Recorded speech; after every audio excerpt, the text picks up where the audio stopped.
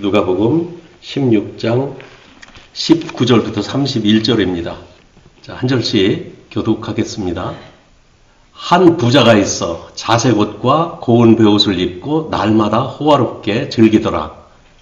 그런데 나사로라 이름하는 한 거지가 현대 투성으로 그의 대문 앞에 버려진 채 그 부자의 상에서 떨어지는 것으로 배불리려 하매 심지어 개들이 와서 그 헌대를 핥더라. 이에 그 거지가 주로 천사들에게 받들어 아브라함의 품에 들어가고 부자로 주고 장사되매 그가 음부에서 고통 중에 눈을 들어 멀리 아브라함과 그의 품에 있는 나사로를 보고 불러 이르되 아버지 아브라함이여 나를 긍휼히 여기사 나사로를 보내어 그 손가락 끝에 물을 찌어 내 혀를 서늘하게 하소서. 내가 이 불꽃 가운데서 괴로워하나이다. 아브라함이 이르되 너는 살았을 때 좋은 것을 받았고 나사로는 고난을 받았으니 이것을 기억하라. 이제 그는 여기서 위로를 받고 너는 괴로움을 받느니라. 그뿐 아니라 너희와 우리 사이에 큰 구렁텅이가 놓여 있어 여기서 너희에게 건너가고자 하되 갈 수 없고 거기서 우리에게 건너올 수 없게 하였느니라. 이르되 그러면 아버지여 구하노니 나사로를 내 아버지의 집에 보내소서. 내 형제 다섯이 있으니 그들에게 증언하게 하여 그들로 이 고통받는 곳에 오지 않게 하소서. 아브라함이 이르되 그들에게 모세와 선지자들이 있으니 그들에게 들을지니라. 이르되 그렇지 아니하니라. 아버지 아브라함이여 만일 죽은 자에게서 그들에게 가는 자가 있으면 되게 하리이다. 다 같이 이르되 모세와 선지자들에게 듣지 아니하면 비록 죽은 자 가운데서 살아나는 자가 있을지라도 권함을 받지 아니하리라 하였다 하시니라. 아멘. 세상에는 부자와 가난한 사람이 함께 어울려 살고 있습니다. 우리는 이런 비교를 해봅니다. 부자가 더 행복할까요? 가난한 사람이 더 행복할까요? 부자. 지금 가난한 사람이 더 행복할 거라고 생각하는 사람은 많지 않은 것 같습니다. 이 질문에 대한 대답은 사실은 행복은 자기가 느끼는 만큼 행복한 겁니다. 그 행복한 생활이란 뭐 부자인가 가난한가에 의해 결정되지 않는다는 말씀이에요. 물론 너무 가난해가지고 참 힘들고 괴로운 거, 삶이 힘든 거지 불행한 것은 아닙니다. 또 부유해서 넉넉해서 삶이 편안할지는 몰라도 그것이 곧 행복이라고 말할 수는 없는 것입니다. 자, 아무튼 재물이 많고 부유해도 불행한 사람이 있고 비록 가난하지만 행복하게 잘 사는 사람도 있습니다. 오늘 본문에는 우리가 잘 아는 부자와 거지 나사로에 대한 이야기로 시작하고 있습니다.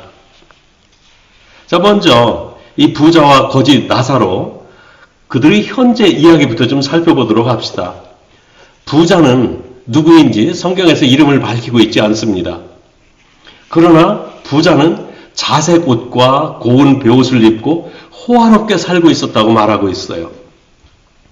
날마다 즐겼다는 말에서 아마 고급 음식 차려놓고 화려한 잔치를 벌이며 이웃을 불러 아주 호화롭게 살고 있었다는 것을 짐작을 할 수가 있고요. 좀 현대적으로 표현한다면 연예인까지 불러서 뭐 가수를 부른다든지 코미디언을 부른다든지 아주 그냥 화려하게 그렇게 잔치를 벌이면 지냈을 것으로 추측을 하는 것입니다.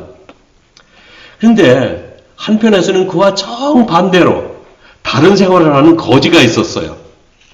성경은 그 거지의 이름을 밝힙니다. 나사로라고 합니다. 그 거지는 부잣집 문 앞에 버려진 상태로 부자의 상에서 떨어지는 음식을 주워 먹으며 살고 있었다고 성경이 말씀하고 있습니다. 심지어 심한 피부병에 걸려 개들이 와서 그 허른 데를 핥고 있었다고 그랬어요. 아주 극명하게 비교되는 이 부자와 거지 나사로의 이야기를 읽으면서 이런 생각을 할 수 있지 않을까 생각해봐요. 뭐냐면 이거 부자는 악한 사람이고 거지는 착한 사람이다. 그러나 그런 프레임을 만들지 마시기 바랍니다. 오늘은 그런 얘기가 아닙니다. 부자가 어떻게 해서 부자가 되었는지 성경은 말씀하고 있지 않아요.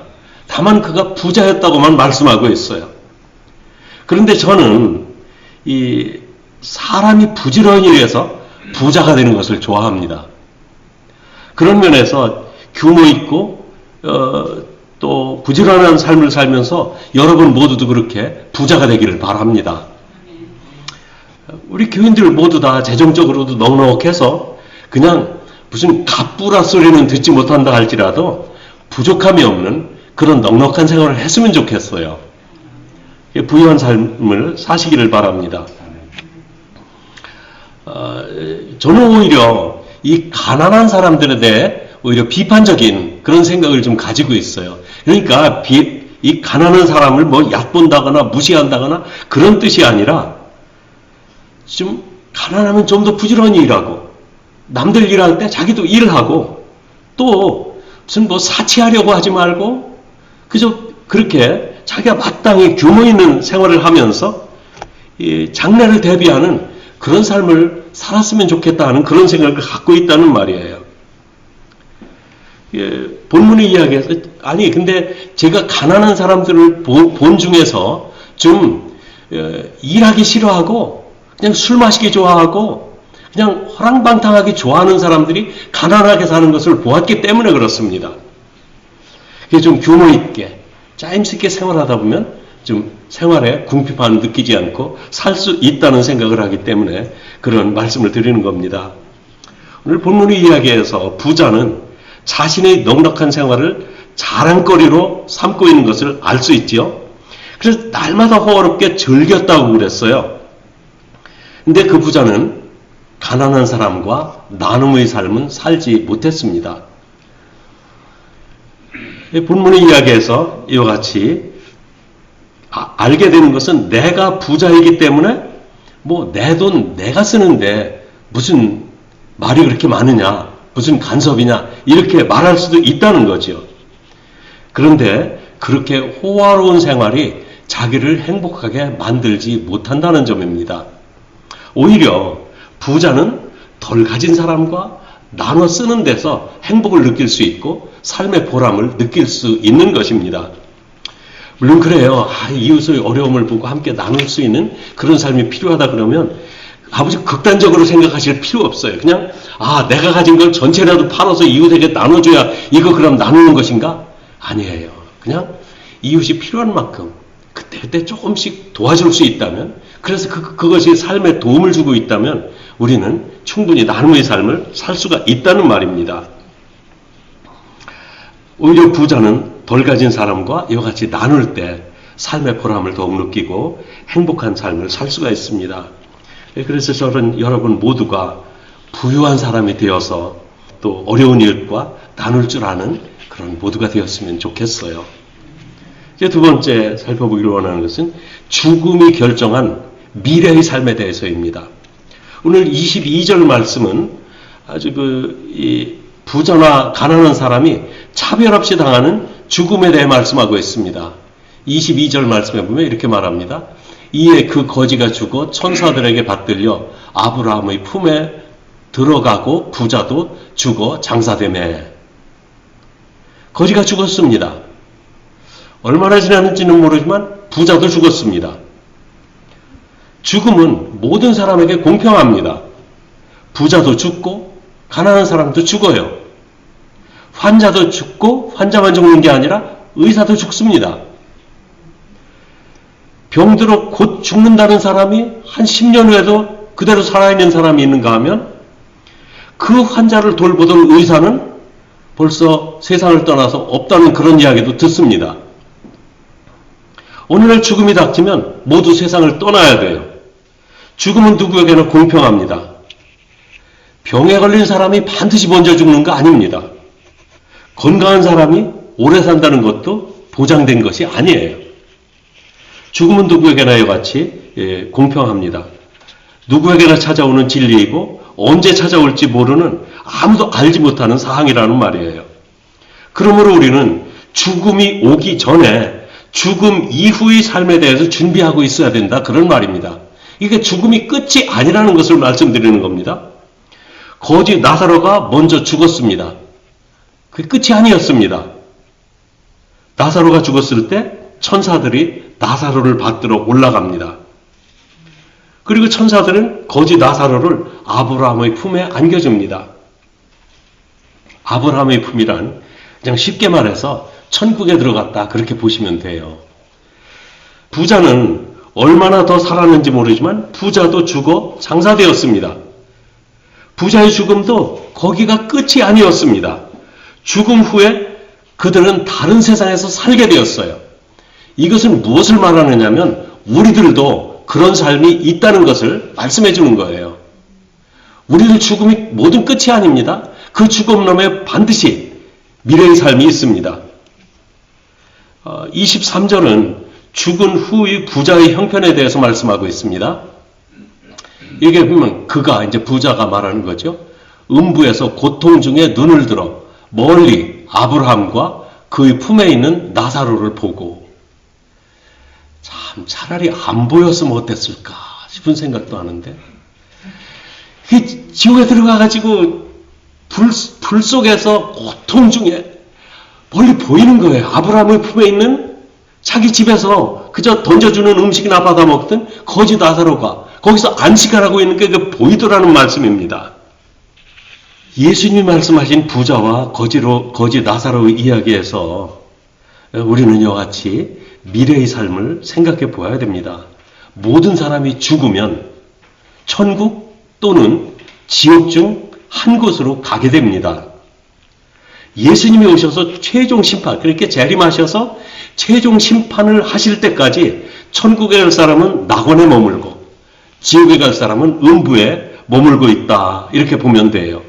그래서 예수님이 대심판 때 낙원에 있던 사람은 천국으로, 음부에 있던 사람들은 지옥으로 들어가게 됩니다. 그래서 낙원은 천국의 대기소로 또 음부는 지옥의 대기소로 이해하면 될 것 같아요. 그렇다고 성경이 정확하게 말씀을 하고 있지 않아요. 그런데 이걸 아셔야 돼요. 낙원에 들어간 사람은 천국에 들어가서 누릴 모든 복을 그때부터 누리게 된다는 것입니다. 또 음부에 들어간 사람, 아직 지옥에 들어가기를 기다리고 있는 사람은 지옥의 형벌을 그대로 받고 있다는 사실이에요. 그래서 낙원은 천국과 똑같은 것이고 음부는 지옥과 똑같은 곳이라는 것을 알게 됩니다. 그런데 음부에서 고통 중에 아브라함의 품에 안겨있는 나사로를 이 부자가 보면서 아브라함에게 한 가지 간청을 합니다. 그 다음 절 한번 보시면 여기에 이렇게 말합니다. 아버지 아브라함을 불러 말하기를 뭐라고 하냐면 나사로를 보고 불러 이르기를 아버지 아브라함이여 나를 긍휼히 여기사 나사로를 보내어 그 손가락 끝에 물을 찍어 내 혀를 서늘하게 하소서. 내가 이 불꽃 가운데서 괴로워하나이다. 이런 글 하나하나 읽을 때마다 성경 말씀은 하나님의 말씀이기 때문에 하나하나 뜯어가면서 살펴보시기 바랍니다. 중요한 의미가 있어요. 부자는 지옥이 얼마나 무서운 곳인지 우리에게 알려주는 말씀이에요. 부자가 지옥이 너무 괴로운 것이라는 것을 우리들에게 알려주는 말씀이기도 합니다. 지옥은 유황으로 타는 불못이고요. 영원히 꺼지지 않는 불이라고 요한계시록에서 말씀하고 있어요. 그래서 요한계시록 20장 14절에 보면은 생명책에 기록되지 못한 사람들이 지옥에 들어가는데 그것을 둘째 사망이라고 부르고 있습니다. 첫째 사망은 우리 육체가 죽는 거고요. 육체가 죽은 후에는 그 다음에 영원한 죽음인 둘째 사망에 들어가요.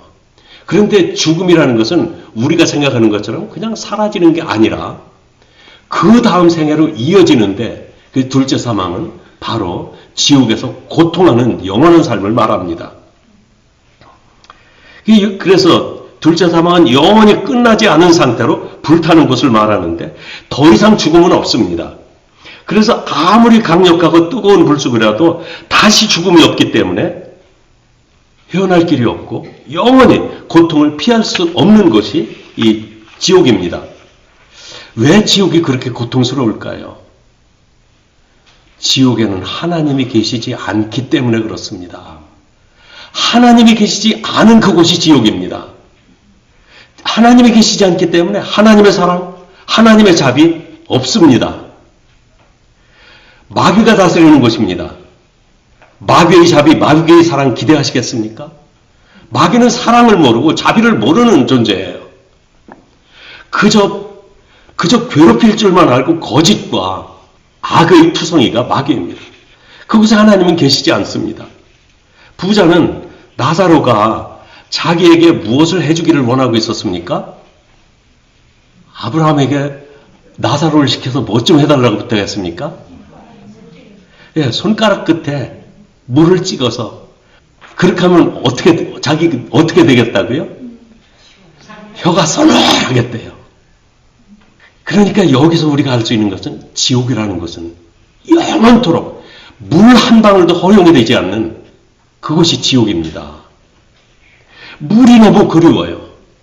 그 손가락 끝에 한 방울 물만 찍어서 마셔도 그냥 아주 시원할 것 같아요. 영원한 시간 속에서 단 한순간만이라도 물 한 모금만 마실 수 있다면 원이 없겠는데 물 한 모금은 너무나 큰 기대입니다. 물 손가락 끝에 붙여주는 물 한 방울, 아이고 그것 좀 한 모금 마셨으면. 그런데 그 한 방울의 물도 허용되지 않는 것이 지옥의 형벌입니다. 제가 언제 가족들과 함께 캘리포니아에 있는 데드밸리 내셔널 파크에 갔던 적이 있어요. 거기에 가니까 이렇게 샌드 듄이라고 있는데 그냥 이렇게 사막의 축소판이에요. 작은 아들이 간다고 해서 그럼 같이 가보자. 샌드 듄에 한번 올라갈 생각으로 그냥 여기다가 주머니에다가는 물병 하나 넣고 갔는데요. 바로 눈앞에 보이는 데입니다. 아마 여기서 저 앞에 신호등 갈 만큼도 안 될 거예요. 모래밭은 걸어도 속도가 안 나요. 얼마나 힘든지 모르겠어요. 그리고 가는 동안 목이 얼마나 탄지, 아니 이거 가지고 가는 걸 거기 이제 좀 돌아가야 되겠다 했을 때 거의 다 마셨어요. 목이 너무 말라서 이거라도 아껴서 마셔야 되겠다. 돌아오는데 어쩔 수 없어서 다 마셨는데 바로 눈앞에서 가족들이 기다리고 있는데 거기 나오는 게 꼭 지옥 가는 것만큼 힘들어요. 못 가는 게 그렇게 힘들어요. 여러분 혹시 시험 삼아서 그런 일 해보지 마시기 바랍니다. 그것도 물 한 병을 가지고 아마 거기 갔다 오는데 1시간도 안 걸렸을 거예요. 그런데 그거 1시간 동안을 못 참고 그냥 꼭 쓰러져 죽을 것 같은데 아이고 저것까지 어떻게 가나 정말 못 나갈 것 같은 그런 느낌이 들었는데 영원토록 단 물 한 방울도 허용되지 않는 그곳이라고 생각해 보세요. 지옥은 그런 곳입니다.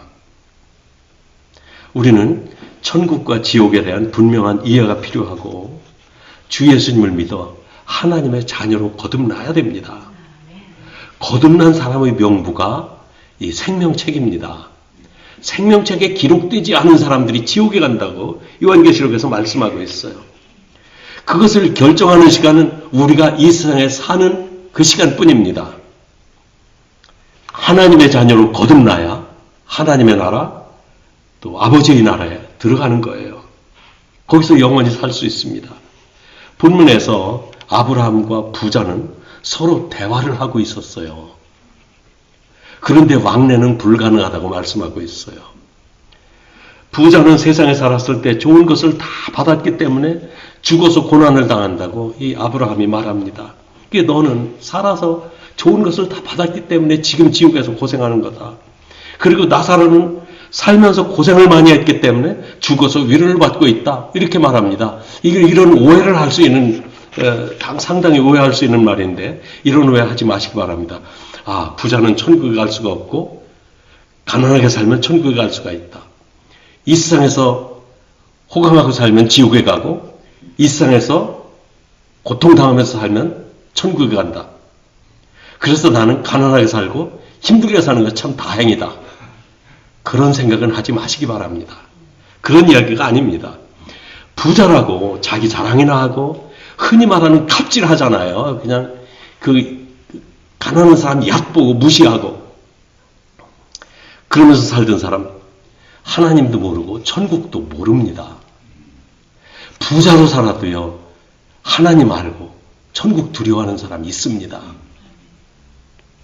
부자로 살면서 교만해서 하나님을 믿지 않았던 사람은 천국에 들어가지 못해요. 예수님은 부자가 천국에 들어가는 것이 낙타가 바늘귀로 들어가는 것만큼 어렵다고 그랬어요. 낙타가 바늘귀로 들어가는 게 어렵습니까? 안 되는 거예요. 못 가는 거예요. 예. 근데 이 말씀 끝에 예수님이 뭐라고 하냐면 사람으로서는 할 수 없으되 하나님으로서는 하실 수 있다.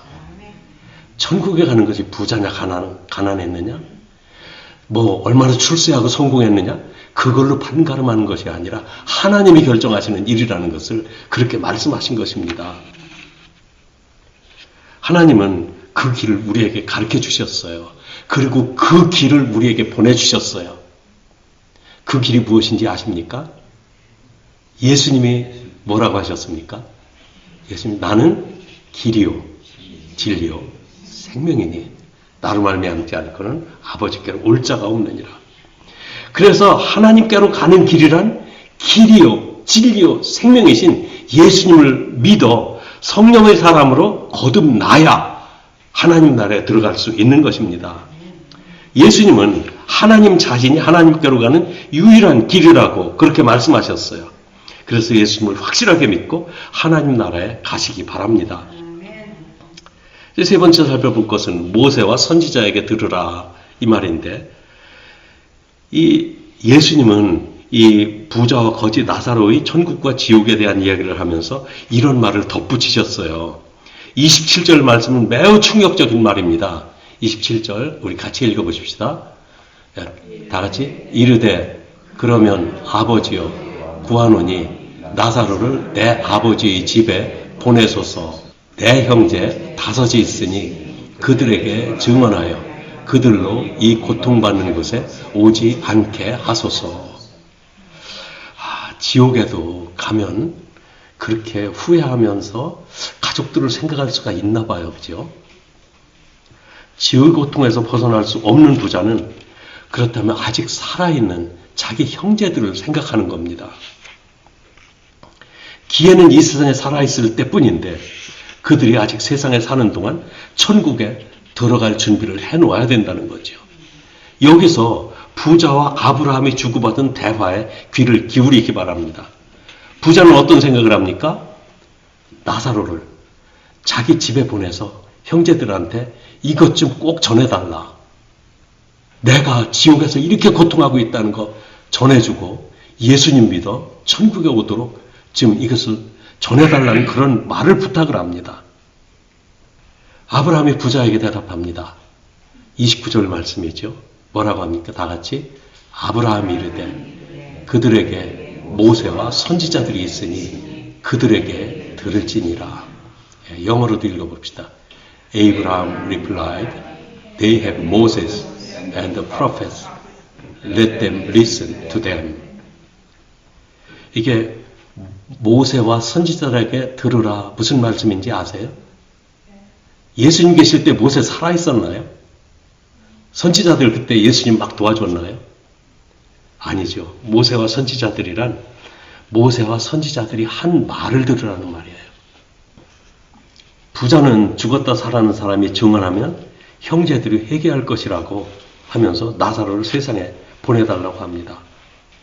그래서 그러나 이 아브라함은 그들에게 이 죽었던 나사로가 깨어난다고 해서 되는 것이 아니다. 모세와 선지자들을 들어야 된다. 그러면서 31절에 이렇게 말합니다. 같이 읽어보십시다. 이르되 모세와 선지자들에게 듣지 아니하면 비록 죽은 자 가운데서 살아나는 자가 있을지라도 고난을 받지 아니하리라 하였다 하시니라. 죽었다 깨는 사람이 있어도 모세와 선지자의 말을 듣지 않는 사람은 죽었다 깨는 사람 말해도 못 믿는다 이거예요. 죽었다 깨는 사람 자꾸 보낼 필요 없다는 얘기입니다. 모세와 선지자가 있으니까 그 말을 들으라는 거예요. 모세와 선지자는 성경을 말합니다. 왜 모세와 선지자라고 말하는가? 그러니까 이거 그러면 이걸 모세와 선지자라고 해도 좋은가? 그런 말은 아닙니다. 본래 성경이라는 말은 없었어요. 세상 말에 성경이라는 말이 없었어요. 맨 처음에 기록된 성경이 창세기부터 출애굽기, 레위기, 민수기, 신명기까지 5권. 모세가 기록했다고 해서 모세의 율법책이라고 그랬습니다. 그래서 이걸 모세의 글이기 때문에 모세라고 부르고 또 율법책이기 때문에 율법이라고도 불러요. 그 뒤에는 하나님의 말씀을 전하던 선지자들이 하나님의 말씀을 받아서 백성들에게 전했습니다. 뿐만 아니라 자기가 들었던 말씀을 기록으로 남겼습니다. 그것을 선지자의 글 또는 선지자 이렇게만 불렀어요. 그래서 모세와 선지자 아니면 모세의 글, 선지자의 글 이거는 구약 성경에 성경이라는 말이 없었다고 그랬죠. 그래서 성경이라는 말 대신에 모세와 선지자 구약 성경을 부르던 말씀이에요. 오늘날로 말하면 성경을 봐라 그런 말입니다. 근데 신약 성경에 쓰이기 전에는 성경을 모세와 선지자라고 왜냐하면 구약 성경만 있었기 때문에 예수님 전에 신약 성경이 쓰이기 전에는 구약 성경만 있었기 때문입니다. 그래서 모세와 선지자들이라고 하면 구약 성경을 부르는 말이었어요. 참고로 좀 이 율법과 선지자를 성경이라고 그랬죠. 그런데 그건 구약 성경입니다. 그런데 신약 성경에서 그 비블로스라고 하는 말이 나와요. 헬라어로 비블로스라고 그래요. 비블로스는 책이라는 말입니다. 그래서 이 정관사를 더 북 이렇게 호 비블로스 그러면 더 북 그게 성경이었어요. 그냥 책이에요. 비블로스는 책이에요. 그런데 더 북 하면 성경이에요. 그래서 성경은 바로 책 중에 책이 성경입니다. 그렇게 이제 참고로 좀 성경이라는 말이 그때부터 불려지기 시작했고 책 중에 책 성경이라고 불려지기 시작했고 예수님이 이렇게 말씀하실 때 그저 모세와 선지자들 그러면 구약 성경의 말입니다. 지금으로 하면 신약 성경이 다 써 있으니까 신구약 성경을 통틀어서 말합니다. 자, 아브라함이 부자에게 한 말을 다시 생각해 봅시다. 부자는 죽었다 살아난 사람이 증언하면 형제들이 하나님을 믿을 것이라고 생각했습니다. 그런데 아브라함은 그렇지 않다. 성경 말씀을 믿지 않는 사람은 죽었다 깨난 사람이 와서 증거해도 소용없다. 성경 말씀을 읽어라. 여러분 우리가 이것을 알아야 됩니다. 우리 믿는 사람들의 믿음의 기준은 성경 말씀입니다. 믿음을 바르게 가지려면 성경을 읽어야 합니다. 많은 사람들이 자기가 죽어서 천국에 갔다 온 후에 또는 지옥에 갔다 온 후에 다시 살아나서 이렇게 간증하는 사람들 간증을 많이 듣습니다. 저도 관심 많이 갖고 있고요. 그런 사람들 말을 그저 가볍게 넘기지는 않습니다. 그러나 여러분들에게 말씀드리는 것은 그 말씀 믿지 마시기 바랍니다. 아니 그 말씀 거짓말이라는 얘기가 아니에요. 그분들은 뭔가 본 것이 있고 사실이기 때문에 사실을 말하고 싶어 했을 거예요. 그런데 믿음의 기준은 그들의 말이 아니라 성경 말씀이라는 것을 말씀드리는 거예요. 그래서 여러분들에게 제가 벌써 몇 년째 성경 읽으라고 차트 그려놓고 강조하고 있나요? 성경 읽으세요. 어떤 분들이 1년에 4번 이상 읽는 분도 있어요.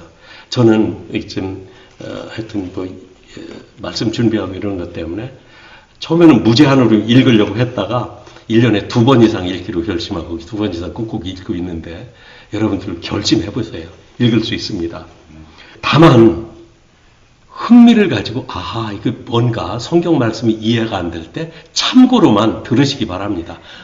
이렇게 봤다는 사람도 있구나 하고 그것이 사실일 수도 있고 환상일 수도 있기 때문에 그렇습니다. 뇌사 상태로 수개월간 그냥 죽은 사람처럼 지내다가 어느 날 깨어난 사람이 있어요. 그동안 어디 갔다 왔냐고 천국 갔다 왔다고 하면서 증언하는데 그 사람이 거짓말할 거라고 생각은 하지 않습니다.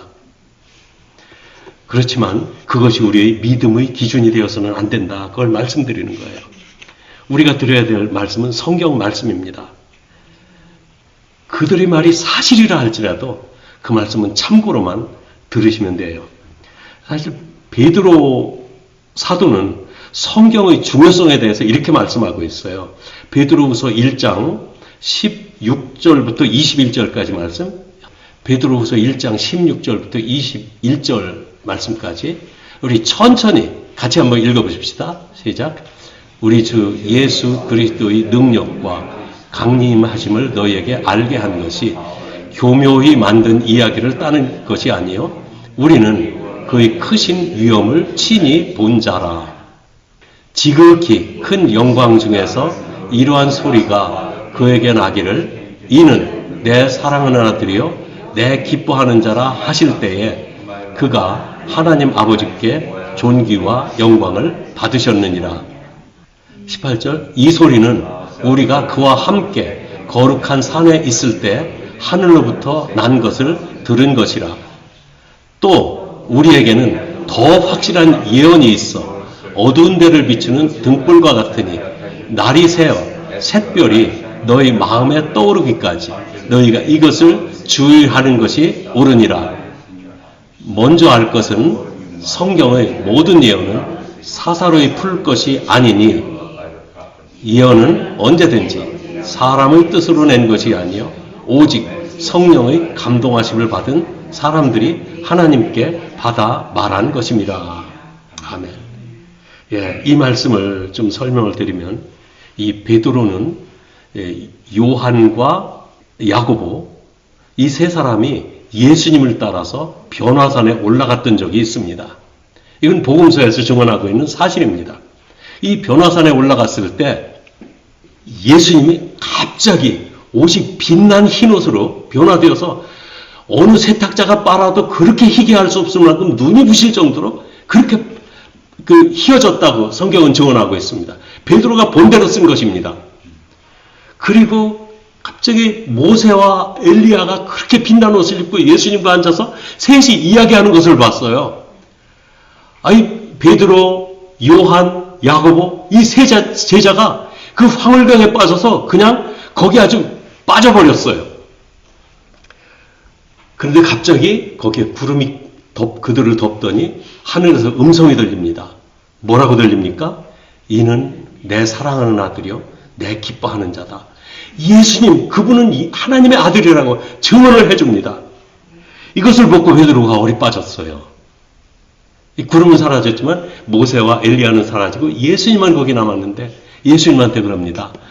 여기가 너무 좋습니다. 산에 내려가지 맙시다. 우리가 여기 초막셋을 지을 테니까 여기서 계속 머뭅시다. 무엇을 생각했습니까? 그 모습을 보니까 이 세상 자기네들은 좋다고 하고 세상 좋아서 그렇게 지냈는데 거기 내려가기 싫은 거예요. 천국의 겉모습만 봤는데 세상이 그렇게 싫은 거예요. 천국 갔다 온 사람들이 그런 증언을 해요. 정말 세상에 오기 싫었다고. 근데 어떻게 너는 때가 안 됐기 때문에 세상에 가야 된다고 해서 밀려나서 깨보니까 이제 사람들이 자기를 둘러서 있다는 그런 얘기 많이 듣는데 베드로가 이걸 경험했으면 이거 거짓말 뭐라고 얘기하냐면 이렇게 말하죠. 교묘히 만든 얘기가 아니라 교묘히 만든 얘기를 내가 하는 것이 아니라 우리가 그 크신 위엄을 친히 보았다. 직접 보았다. 성경이 말씀하시잖아요. 보았다고. 그 영광 중에 이런 소리라는 것도 내가 들었다. 그런데 뭐라고 합니까? 이 소리는 우리와 함께 거룩한 산에 있을 때 하늘로부터 난 것을 내가 들은 것이다 말합니다. 그런데 뭐라고 합니까? 또 우리에게 더 확실한 예언이 있어. 자기의 경험, 눈으로 본 거, 예수님을 따라가서 경험했던 거, 그 정도면 얼마나 확실하겠어요. 그런데 그거보다 더 확실한 것은 예언이다 말씀합니다. 그러면서 그 예언은 뭐라고 하냐면 먼저 할 것은 성경의 모든 예언은 사사로이 풀 것이 아니니 그 예언은 성경 말씀이라고 말합니다. 예언은 언제든지 사람의 뜻으로 낸 것이 아니 오직 성령의 감동하심을 받은 사람들이 하나님께 받아 말한 것이니라. 제가 여기서 이런 말을 강조하는 것은 자기가 경험한 것보다 성경에 기록된 말씀이 더 확실하다 그겁니다. 여러분들이 기도하는 중에 아니면 특별한 어떤 집회에 참석해서 개인적으로 어떤 성령을 체험했다고 쳐요. 신비로운 체험을 했습니다. 그러나 내가 체험했다 할지라도 그 체험보다 더 확실한 게 뭡니까? 이 말씀입니다. 그래서 말씀을 신뢰하시고 말씀을 읽으셔야 되는 거예요. 그래서 여러분 모두에게 경험자들이 말하는 여러 소리에 귀를 기울이지 말고 성경 말씀을 읽으라고 권해드리는 것입니다. 직접 경험했다는 여러 소리들이 우리에게 흥미를 끌지는 모르지만 우리가 믿어야 될 기준은 성경의 말씀입니다. 이 말씀 속에 빛이 있고 이 말씀 속에 생명이 있고 이 말씀 속에 길이 있습니다. 우리 한번 모세와 선지자에게 들으라. 다 같이 한번 해보십시다. 모세와 선지자에게 들으라. Let's follow me. Listen to Moses and the prophets. Listen to Moses and the prophets. 성경 말씀에 귀를 기울이라. 성경 말씀에 귀를 기울이라. Hear the word of God, the Bible. Hear the word of God, the Bible.